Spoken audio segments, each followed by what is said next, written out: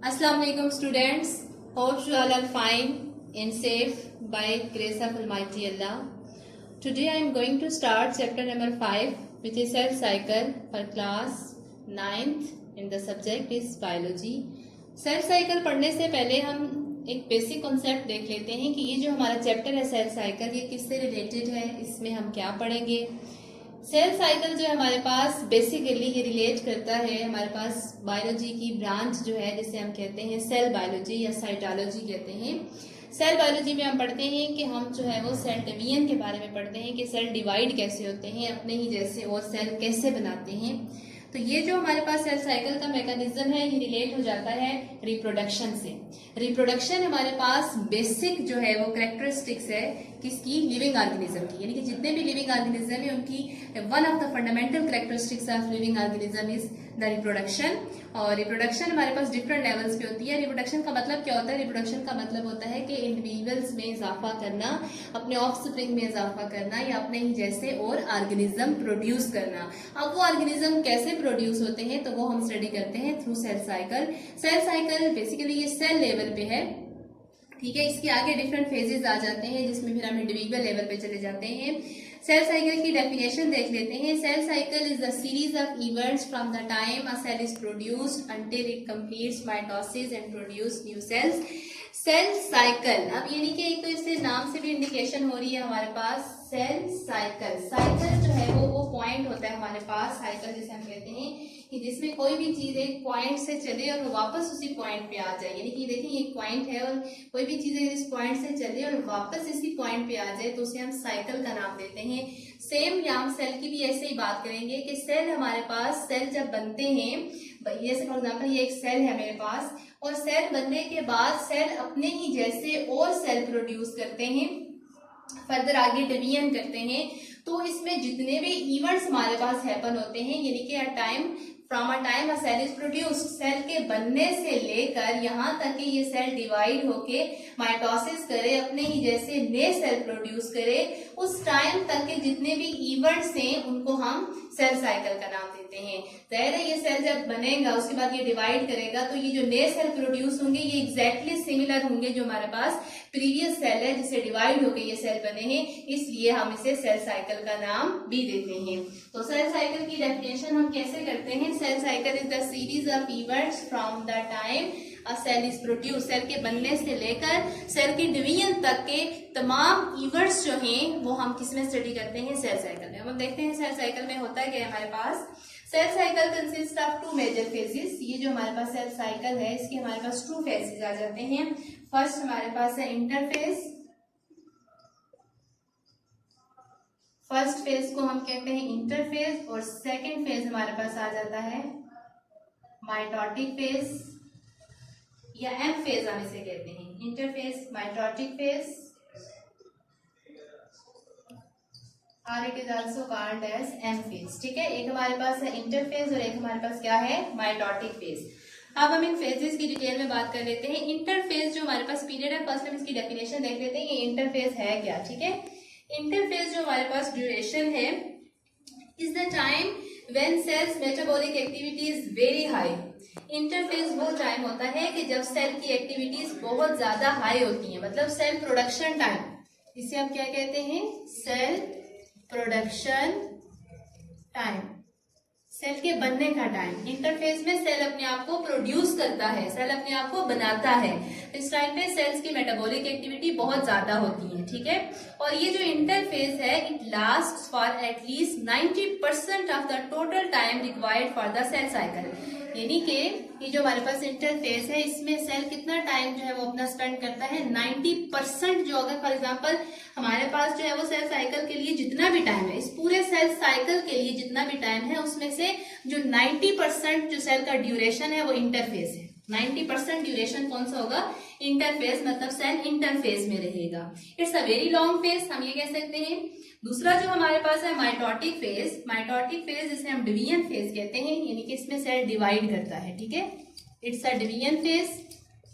And it's a short phase, ये short phase होता है हमारे पास, ठीक है, एज कंपेयर टू, अगर आप इसको कंपेयर करें इंटरफेज के साथ तो इस इंटरफेज के कंपेरेटिवली ये हमारे पास शॉर्ट फेज होता है, ठीक है। तो ये हमारे पास क्या आप कहते हैं, लॉन्ग फेज होता है, ठीक है। इसमें बहुत टाइम लगता है, सेल बहुत अपना ज्यादातर टाइम सेल्स इंटरफेज में पास करता है, उसके बाद माइटोटिक फेज जो कि एक शॉर्ट फेज है, ठीक है। अब हम डिटेल से देखेंगे इंटरफेज क्या है और माइटोटिक फेज क्या है। तो अब बात करते हैं इंटरफेज की। अब हम बात करेंगे इंटरफेज की। अब इंटरफेज में हमारे पास it is divided into 3 phases.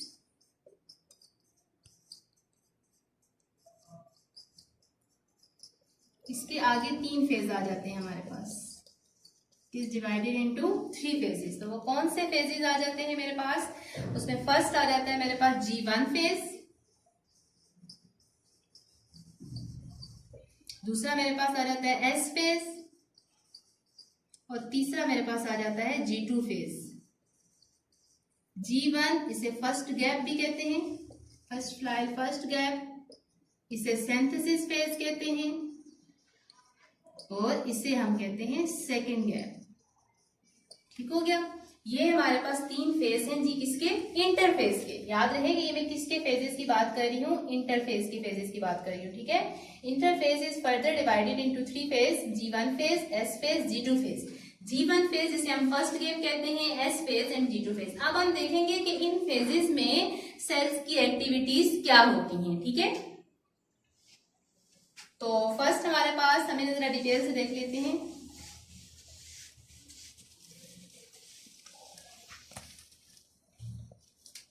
जी, तो हम बात कर रहे हैं इंटरफेज।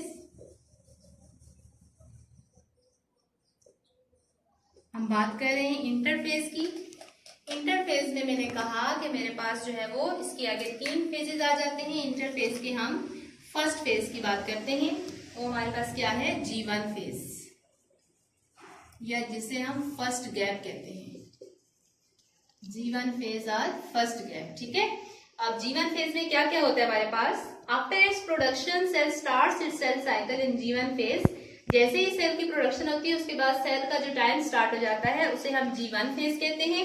G1 फेज में हमारे पास number 1, cell increases its supply of protein, यानी कि प्रोटीन की सप्लाई जो है, सप्लाई ऑफ प्रोटीन इंक्रीजेज, ज्यादा हो जाती है। जाहिर सी बात है, सेल के अंदर जितने भी पार्ट्स बनने हैं वो सारे प्रोटीन से बनते हैं, तो डेफिनेटली पहले हमारे पास प्रोटीन की सप्लाई जो है वो सेल के अंदर ज्यादा से ज्यादा हो जाएगी। फिर सेकंड हमारे पास क्या होता है, नंबर ऑफ ऑर्गेनल्स बनने लग जाते हैं, ठीक है। नंबर ऑफ ऑर्गेनल्स की तादाद में क्या हो जाता है जी, इजाफा हो जाता है। Number of organelles increases, organelles मतलब राइबोसोम्स, माइटोकॉन्ड्रिया, ठीक है, इस तरह से साइटोस्केलेटन एटसेट्रा। अब राइबोसोम्स, डेफिनेटली राइबोसोम बनेंगे तो प्रोटीन की प्रोडक्शन ज्यादा होगी, क्योंकि राइबोसोम क्या बनाते हैं, प्रोटीन बनाते हैं। थर्ड हमारे पास क्या होता है, ग्रो इन साइज, सेल का साइज भी क्या हो जाता है, इंक्रीज हो जाता है, ठीक है। देन ये तो हमारे पास हमने बताया क्या क्या है हमारे पास G1 फेज में क्या क्या हो रहा है। नंबर 1, प्रोटीन इंक्रीज, प्रोटीन की सेंसेस इंक्रीज हो रही है। नंबर ऑफ ऑर्गेनल्स बढ़ रहे हैं जैसे कि राइबोसोम्स, इस तरह से साइज में इजाफा हो रहा है। और लास्ट हमारे पास ये है कि इसमें कुछ ऐसे एंजाइम्स बनते हैं जो कि अगले फेज के लिए रिक्वायर्ड होते हैं, ठीक है। वेरियस एंजाइम्स आर फॉर्म्ड,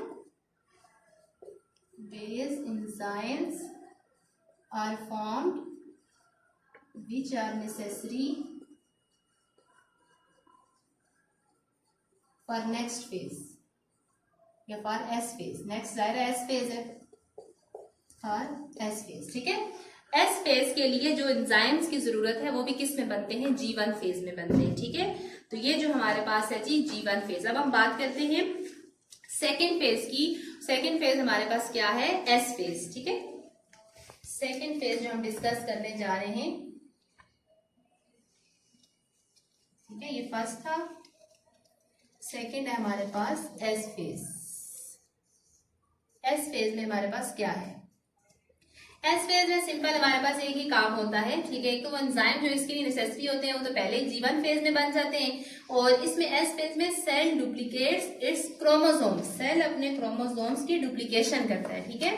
इसमें हम क्या लिखेंगे, सेल डुप्लीकेट्स इट्स क्रोमोसोम्स। ठीक है, क्रोमोसोम्स जो है सेल इनकी डुप्लीकेशन करता है। किस तरह से करता है, नॉर्मली जो हमारे पास क्रोमोसोम्स प्रेजेंट होते हैं वो इस फॉर्म में प्रेजेंट होते हैं। जैसे मैं आपको समझा दूं थोड़ा सा, ये हमारे पास क्रोमोसोम की फॉर्म होती है। ठीक है, ये सिस्टर क्रोमैटिड होते हैं, ये सेंट्रोमियर है। ठीक है, इसे आप क्या कहते हैं, सिस्टर क्रोमैटिड। ये हमारे पास क्या होता है, सेंट्रोमियर,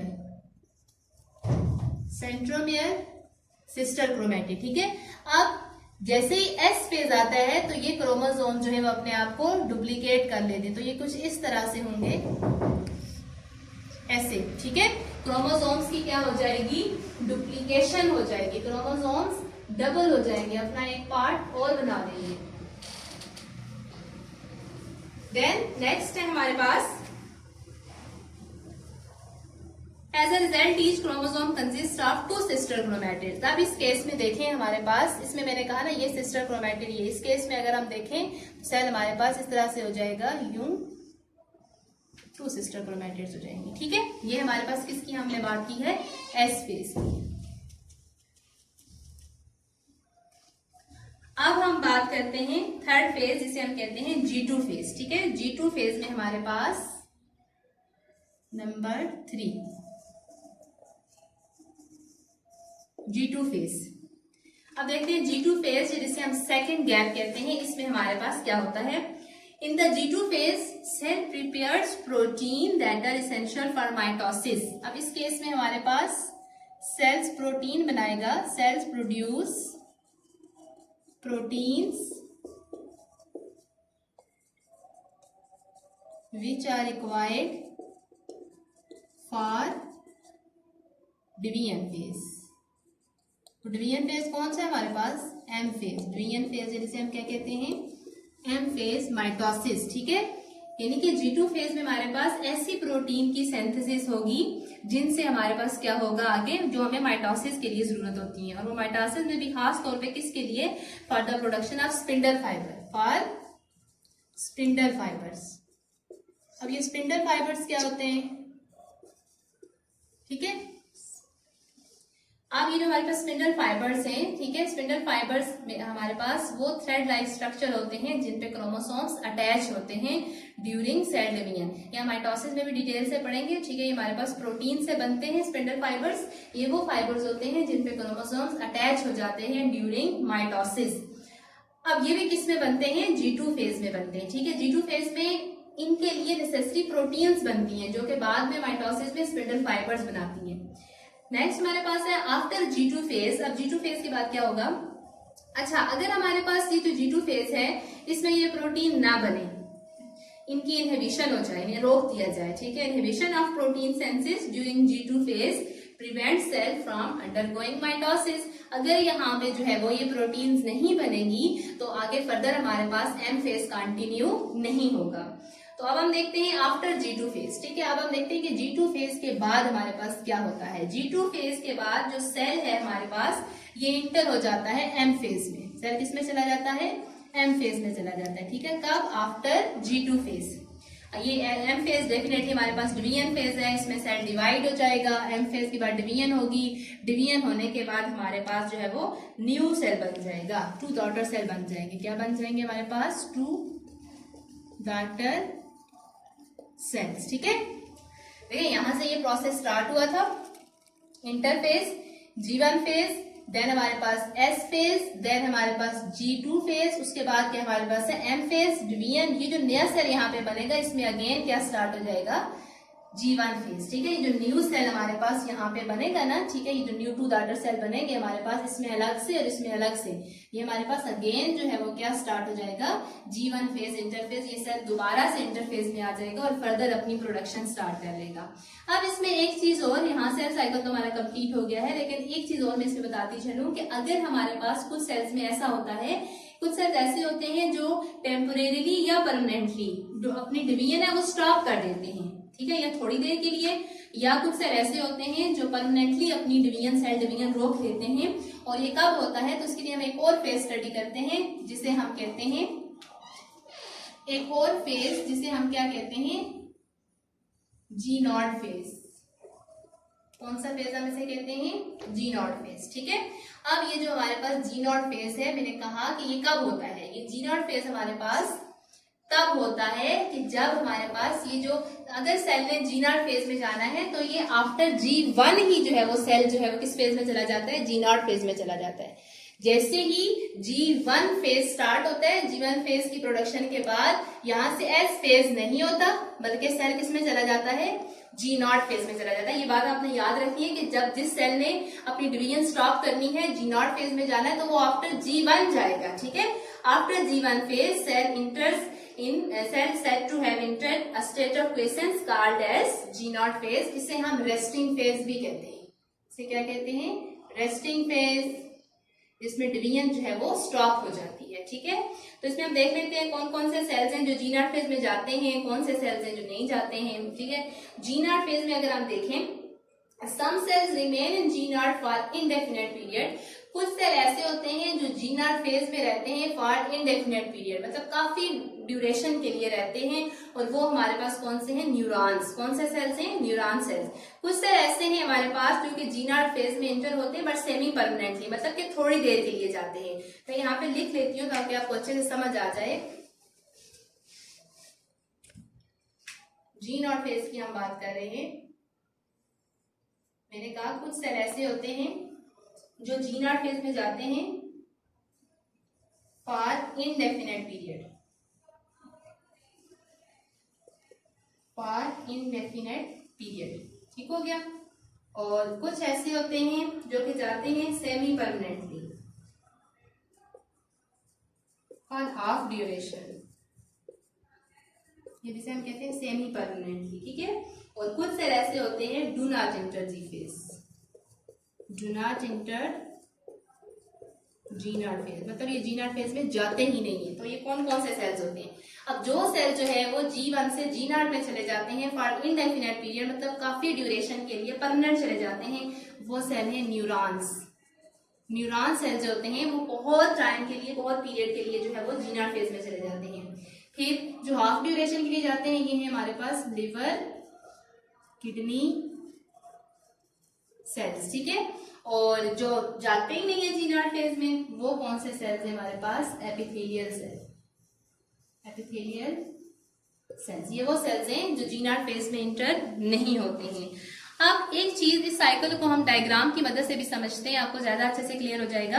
अब इसमें एक चीज बताती चलूं कि ये जितने भी ये सेल साइकिल के इवेंट्स है ना, जितने भी ये सेल साइकिल के इवेंट्स है मेरे पास, इवेंट्स ऑफ सेल साइकिल के जितने भी इवेंट्स है मेरे पास, ठीक है, are ordered and directional, are ordered and directional. इसका क्या मतलब है, आर ऑर्डर्ड एंड डायरेक्शनल, मतलब जितने भी सेल्स हमारे पास हैं, जितने भी सेल साइकिल के जो इवेंट्स हैं, ठीक है, ये कौन कौन से events, G1 phase, S phase, G2 phase, M phase, ये सारे फेजेस हैं। ये एक एक्स्ट्रा फेज हमारे पास आ रहे, जैसे हम काउंट नहीं करते सेल साइकिल में। ठीक है, ये इसमें जो सेल जाते हैं उनके लिए काउंट किया जाता है, बाकी ये हमारा साइकिल है। इस साइकिल में आप देखते हैं इसके जितने भी इवेंट्स हैं ये सबके सब ऑर्डर्ड है, मतलब एक सीक्वेंस में है। अगर हम ये कहें कि इनको हम रिवर्स कर सकते हैं, इट कांट बी पॉसिबल, मतलब हम इन्हें रिवर्स नहीं कर सकते। Each event occurs in a sequential fashion and it is impossible to reverse the cycle. मतलब इस साइकिल, अगर आपसे कोई क्वेश्चन पूछे कि सेल साइकिल के इवेंट्स जो हैं वो रिवर्सिबल हैं, आप उन्हें रिवर्स डायरेक्शन में लेके जा सकते हैं, सो आंसर हमारे पास क्या होगा कि it is impossible for the events of the cell cycle to reverse back in direction. ठीक है, तो बाकी हम डायग्राम की मदद से समझते हैं। G1 phase, S phase, G2 phase, किस तरह से आप देखेंगे कि सेल साइकिल के फेजेस जो है वो एक ऑर्डर में और एक सीक्वेंस में चलते हैं। Now look at this diagram, this is a cell cycle. ठीक है, अब ये साइकिल स्टार्ट कहाँ से होता है, ये हमारे पास है G1 फेज, ये सेल जो है G1 फेज में एंटर हो चुका है हमारे पास। G1 फेज में सेलुलर कॉन्टिनेंट्स इंक्रीज हो जाते हैं, ऑर्गेनेल्स बनते हैं एटसेट्रा। देन आफ्टर दिस हमारे पास कौन सा फेज हो जाता है? S phase. एस फेज में हमारे पास क्रोमोसोम्स की डुप्लीकेशन हो जाती है। ये देखें, ये क्रोमोसोम सिंगल्स थे, अब इधर देखें डबल हो चुके हैं, ठीक है, इनकी डुप्लीकेशन हो जाती है। Then third one is the G2 phase. G2 phase में हमारे पास जो है वो एंजाइम्स बनते हैं जो हमारे पास आगे नेक्स्ट नीडेड होते हैं, किसके लिए जी? माइटोसिस के लिए, ठीक है। G2 फेज के बाद माइटोसिस होती है, डिवीजन फेज होता है, उसके बाद सेल जो है साइटोकाइनेसिस होती है। एक सेल से हमारे पास कितने सेल बन जाते हैं? 2 सेल बन जाते हैं। 2 new daughter cells are formed. अगर बात करें, हमने G0 फेज की जो बात की थी जिसमें सेल साइकिल अरेस्ट हो जाता है, रेस्टिंग फेज होता है, तो अगर सेल ने G0 फेज में जाना है तो वो आफ्टर G1 जो है वो G0 फेज में जाएगा। ये नहीं है कि ये सारे इवेंट्स के बाद हम कहेंगे सेल G0 फेज में जाएगा, ऐसा नहीं है।